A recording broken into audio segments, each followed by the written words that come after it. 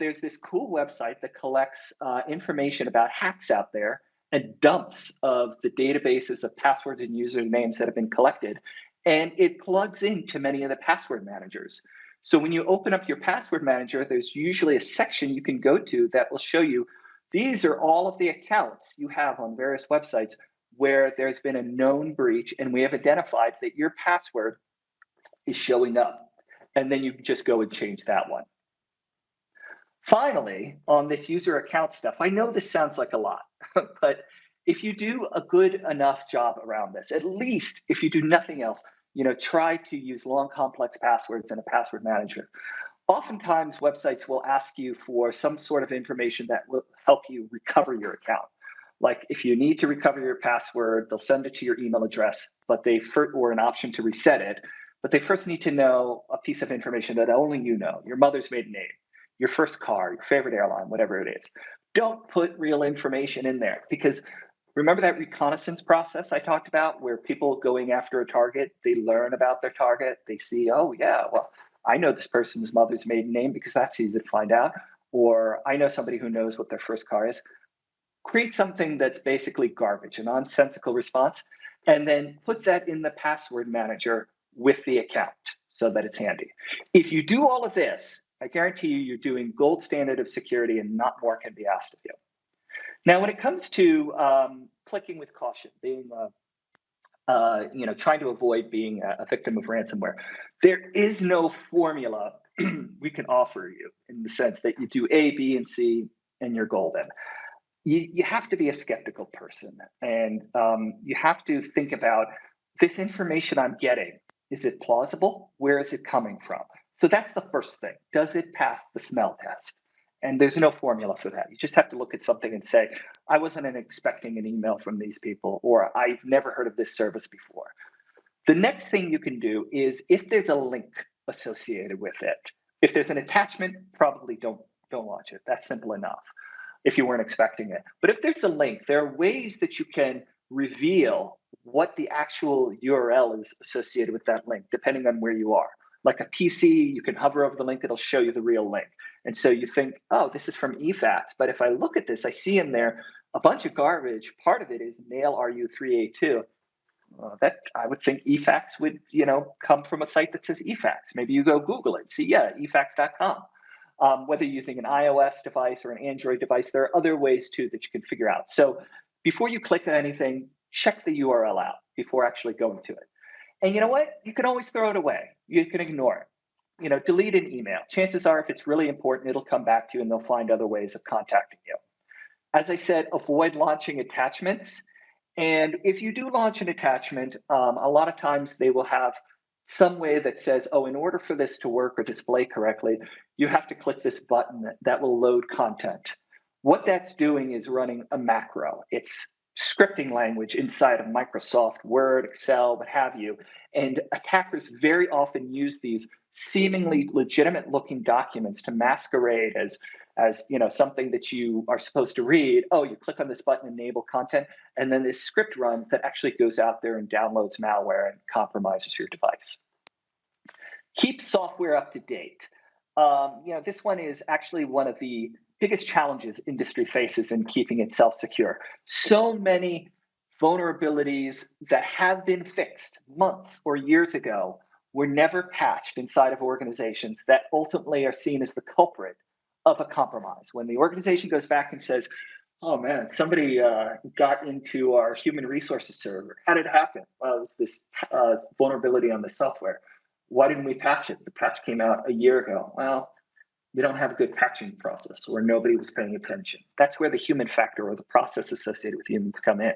So for an individual, if your device permits it, turn on auto updates. I know it's a pain sometimes that you're working and something keeps prompting you to update, but make sure you do that.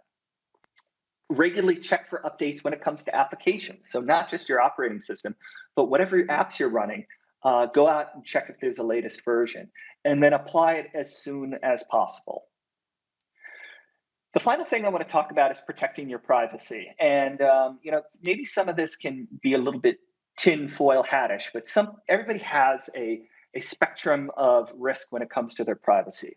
Some people, no problem. I'm on all the social networks and I'm happy to share everything about myself. Other people don't want anything shared about themselves. So that's your choice.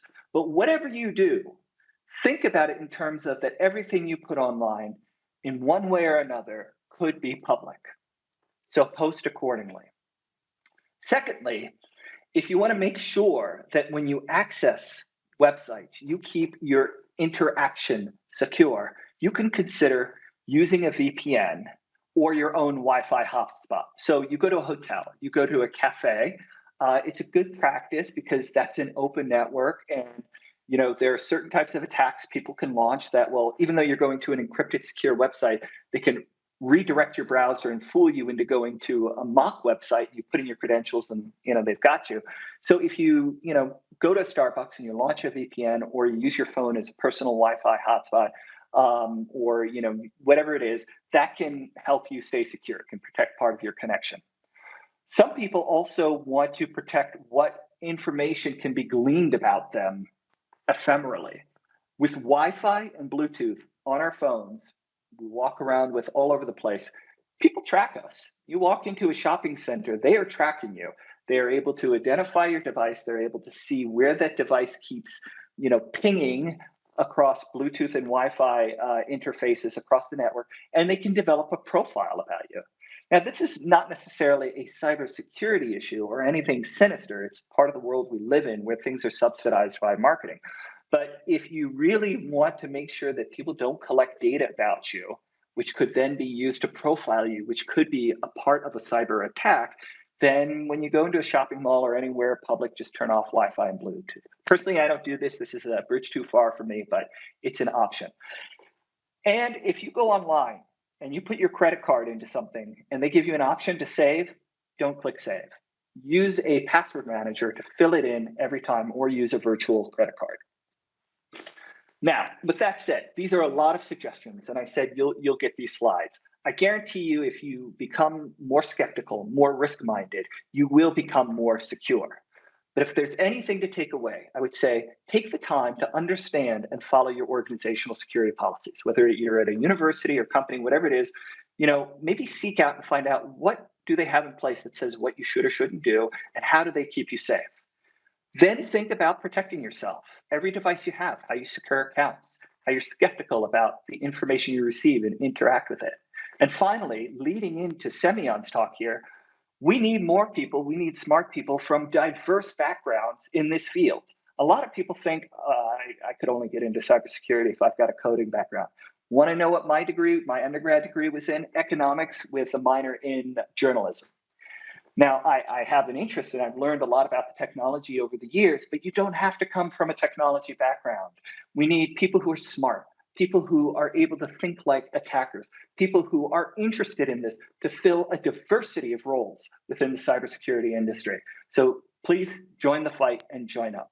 And with that, I'd like to hand it back to Tyrone and thank everyone for their time.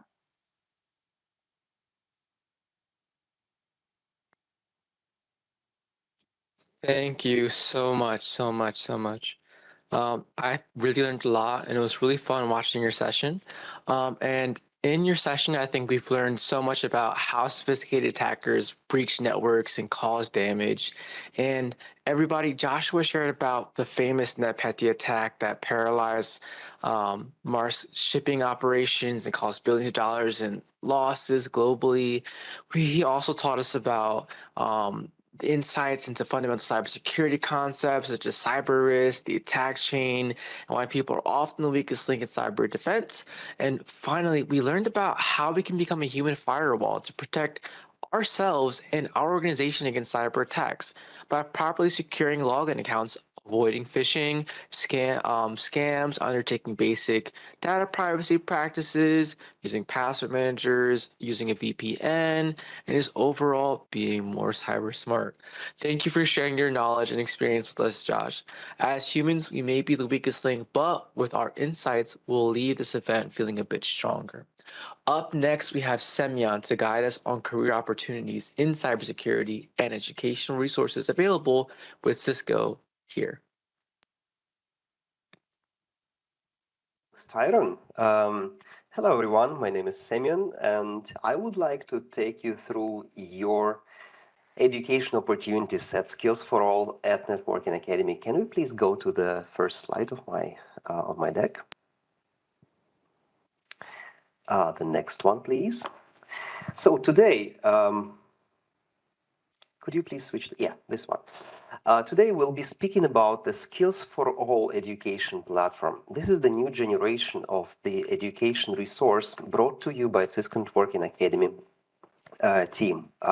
As you know, probably we have a lot of experience in building the educational materials.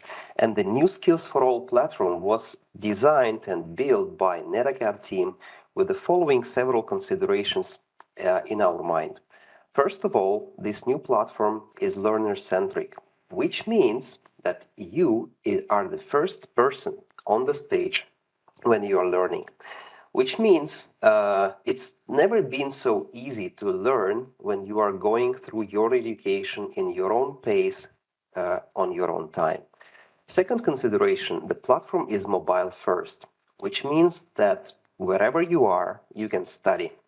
And basically, we were thinking about the meaning of this word all in the name, Skills for All. That actually means that today everyone has a mobile device. Everyone has, well, even several devices that you use in your everyday life. Sometimes you're in front of your PC, sometimes maybe you're not, but you have your tablet with you or you have your smartphone with you, which means that you still can learn. And this new platform was designed with this consideration in mind, that wherever you are, you can take your full screen device or mobile device and continue your learning journey.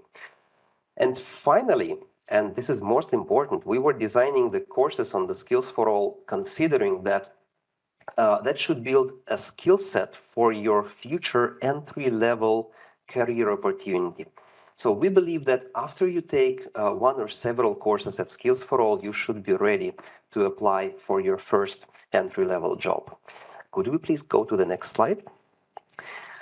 We have many courses already available at Skills for All, and these are about many things, as usually about networks, as usually about security, cybersecurity. We have courses about programming, about IoT, and many other things.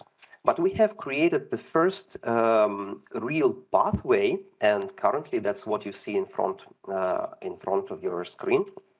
And this pathway consists of 6 courses. And this pathway is dedicated to cybersecurity, specifically to the very important topic we are talking about today, right? So if you enroll into your first Intro to Cybersecurity course, that is very, very short. Sometimes I tell, this is not even a course, it's a fairy tale before you go to sleep. And this is really a tiny and very nice course to introduce the security and cybersecurity world to you, so you understand where is that? What is the world we are living in? That's the intro to cybersecurity. And by the way, if you scan that QR code that you see on, if I'm not mistaken, on the right-hand side top part of your screen, you will be able to self-enroll yourself into this first course. However, after, you can continue your journey taking other 5 courses. 2 of them, Networking Basics and Networking Devices and Initial Configuration, are the courses that are talking mostly about networking component.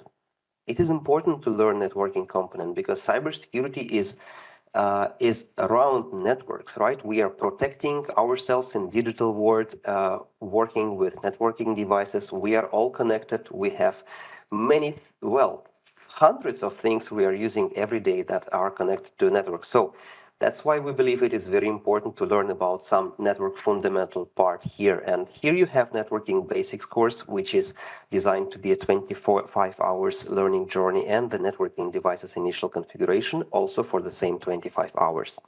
Then you would take 3 other courses that would be already speaking about cybersecurity. That are endpoint security, network defense, and cyber threat management. The duration of these 3 courses differs from 20 to 40 hours. And in all of these 3 courses, you will be learning basically about very many things that Josh was talking today. So you will be exploring different sides of the attacks, from where it can come, who are the threat actors, what devices or what services, which protocols can be attacked, and what is actually the risk when you are building, starting from your own mobile device, from your own PC or smartphone, or maybe equipping your network for a small office or a small organization, or maybe a bigger organization, and thinking from different viewpoints, what is the security, and how we can defend it, how we can approach the security of your device, right, of your server, of your network. Maybe your network printer, can it be secured? Well, I guess it can. Learn about it in one of these courses. So you will learn many aspects about cybersecurity risks, cybersecurity threats, how to deal with these risks, and how to manage these threats. These courses all together are represented on the platform and available to everyone for free. And I've done a quick calculation, and I figured out these courses all together has more than 100 lab activities, including packet tracer lab activities. But not only packet tracer lab activities, and more than 150 interactive activities. So it's not boring for you to learn. It's really a lot of fun learning the course at Skills for All platform. Can we please jump to the next slide? Once you completed one of these courses, and actually every of these courses, you will be getting a digital badge for course. That's 5 badges that you see on the left-hand side of the screen. But after you complete the whole education pathway, you will be getting the cybersecurity pathway digital badge that you can use for your resume or for your social networks or in other places where you think it's appropriate. We also have the target certification, which is not obligatory to take. That's just if you want to take it, to even more highlight your learning achievement in security and cybersecurity. Let's go to the next slide. I've done a quick exercise, not just to be speaking all the time, but I just wanted to show you something visual. So here is, for example, the example of several lab screenshots from the networking courses, from these 2 networking courses that you are continuing after the intro to cyber. So as you see, you will be working with simple network topologies consisting of several end devices or endpoints, but also working with internet infrastructure, with servers, with intermediate networking devices like Cisco routers and Cisco switches. You will be using also the command line interface to manage these devices. You will be learning about fundamental network protocols, IP addressing, IPv4, IPv6 also. Maybe also sniffing some network packets with Wireshark and exploring what's actually happening in your network. Let's go to next slide, and I will explore other labs that you will be working while you are going through cyber courses. Here, as you can see, you will be working with different devices, operating systems that could be Linux, that could be Windows, that could be a mix of different tools. We will be working with virtual machines that are built into the course, so it's easier for you to set up your lab environment. You don't have to configure your own operating system. You just take a virtual machine and then you're in. And then you will explore different cybersecurity aspects, like a cyber kill chain, which is displayed on this slide. Let's see what we have on the next one. Can you please switch the slide? While you're continuing your journey, you will be working with more complex network topologies, as you can see here, the example. Of course, we will be starting from layer 1, cabling the network and building it from scratch, and then configuring it and seeing what's happening inside of the network. Believe me, it's a lot of fun, and you don't have to have anything basically except of your device, your computer, packet tracer installed, and at some point a virtual machine, so you can progress with all of these labs fully on your own pace and fully on your own, taking the course to reach your entry-level career opportunities goal. So how do you do? How do you, can we go to next slide, please? How do you start? As I already mentioned, you have this QR code. That's your entry point to the first course. Also, you can navigate to skillsforall.com and either take a quick just 2 minutes video tour over the platform, or you can explore the course catalog and choose the course best suitable for you. You also can play with filters. You can select different languages, different course categories, and different level of the courses. And most importantly, it's absolutely and totally free. We don't charge anything. Let's switch to the next slide. And I want to very quickly point your attention to the login procedure, because I think that's one important thing. As many of you are probably already at Cisco Networking Academy students, we have enabled the authentication mechanism through Networking Academy login. So you can click NetAcad login button and use your existing Networking Academy netacad.com credentials to log in. Or if you don't have it, probably you have a Gmail account.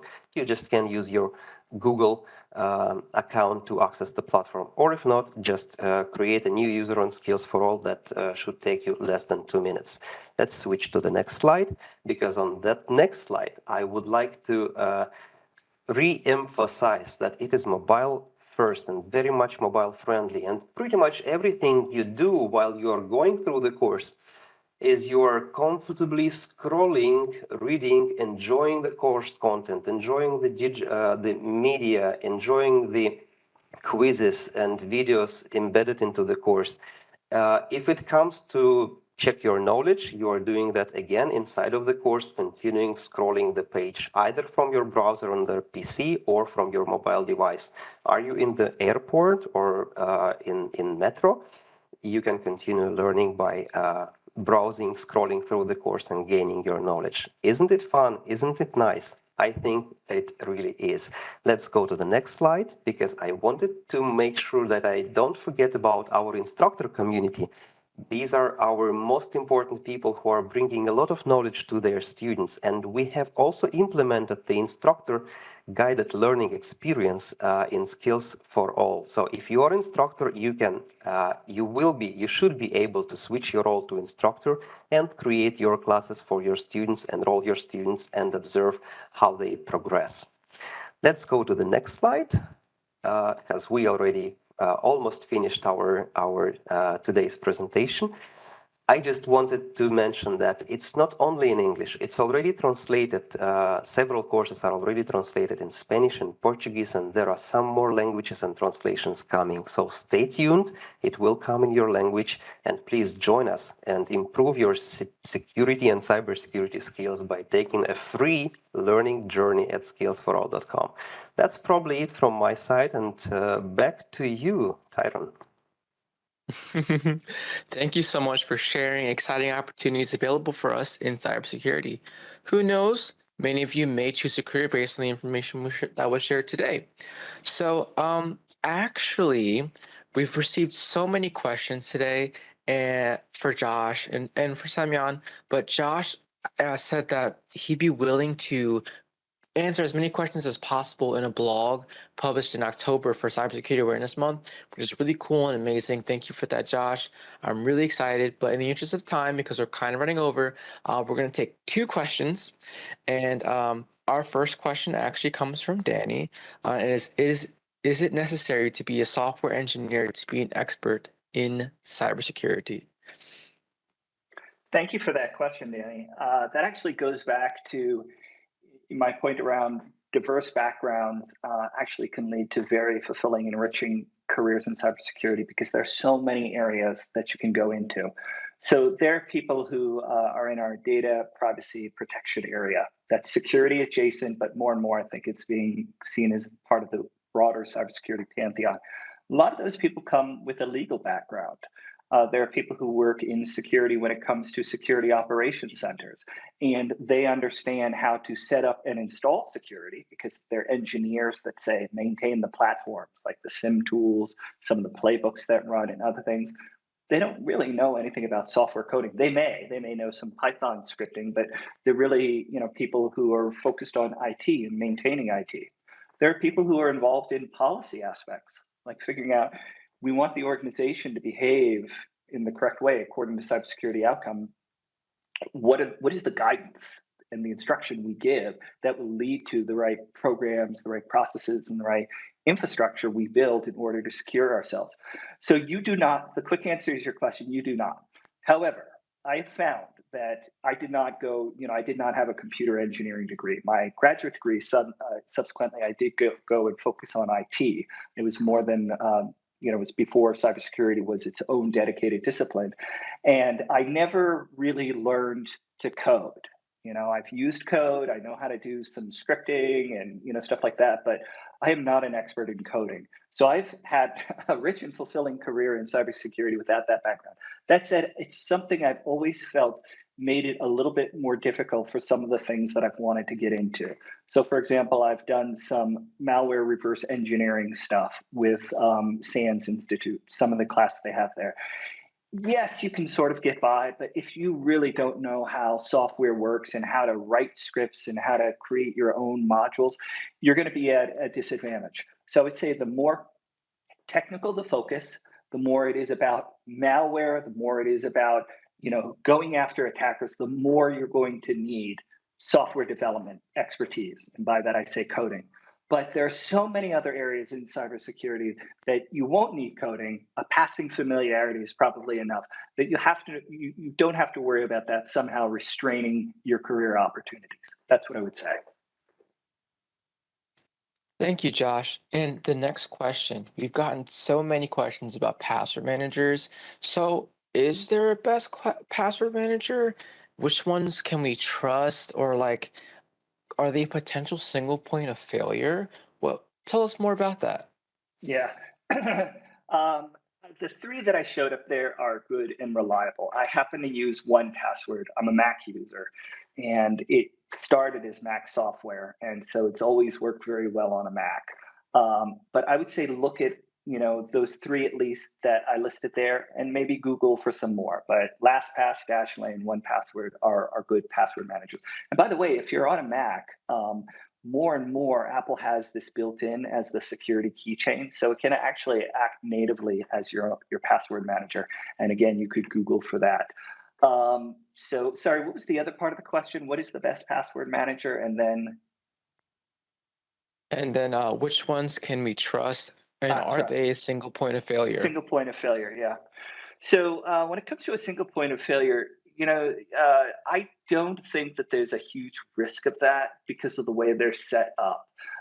There is 1Password you have to not forget, which is the password for logging in to the password manager.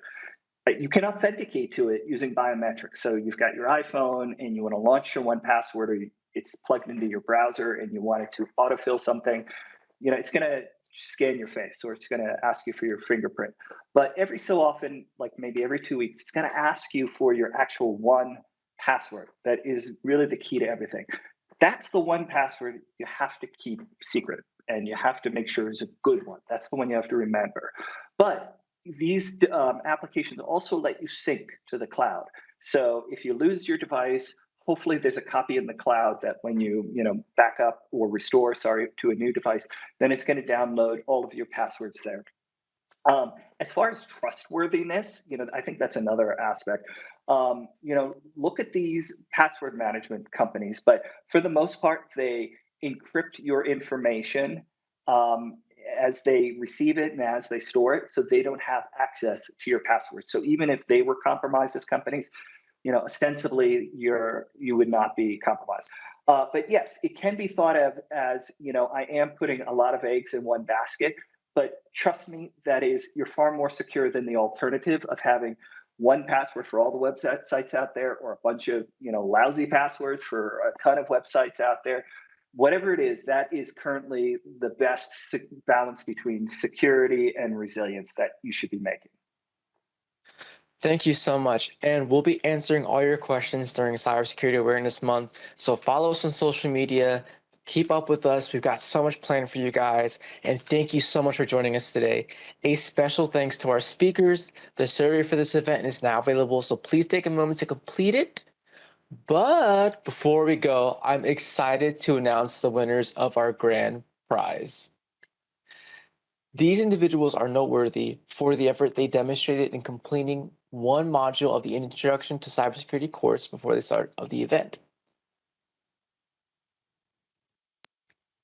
I just want to say you guys worked really hard, and we're really happy for you guys. And you will all be reached out to receive the next steps for your prize. And thank you so much for coming in. Again, thank you, everybody. Enjoy the rest of your day. So glad to have had you on with us.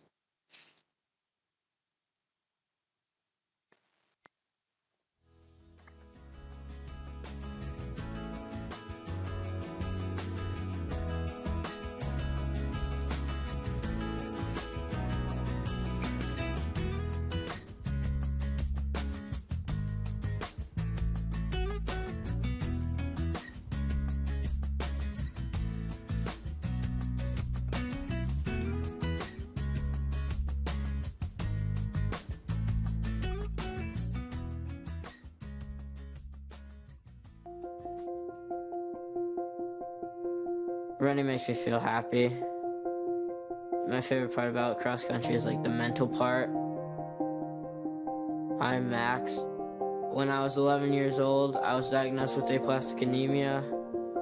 And if I didn't find a donor, I probably wouldn't be here right now. I'm Dylan and I'm 22. 3 years ago, I joined the registry at Be The Match.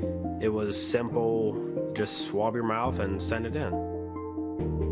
Be The Match is a global database of donors. To save more lives, they needed to make more matches. So they consulted with technology integrator E+. The solution? Cloud-based management made possible by Cisco UCS. Now, Be The Match team members use Cisco WebEx and Contact Center to collaborate with patients, donors, and their critical courier network. And their data is secure, protected by Cisco Umbrella Security. Knowing what Max had to go through, what I had to do was easy. One person in the world was a match to me. It was pretty special. The Cisco network allows Be The Match to make matches faster than ever. And that's just the start of what's possible. I am excited to meet Max. I don't think he knows it yet, but he's always going to have a #1 fan. Me and Dylan are DNA twins.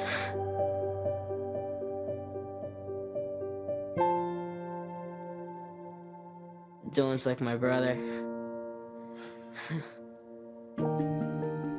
Between a life-threatening disease and a life-altering donation, there's a bridge. Cisco, the bridge to possible. April 16th, 2018. This is Tokyo. This is Rakuten. These are Cisco executives invited to a meeting with Rakuten. This is Tarek Amin, CTO of Rakuten Mobile. This is Prakash Suthar, team leader from Cisco Customer Experience. Namaskar. Good morning. This is a story about doing something that's never been done before.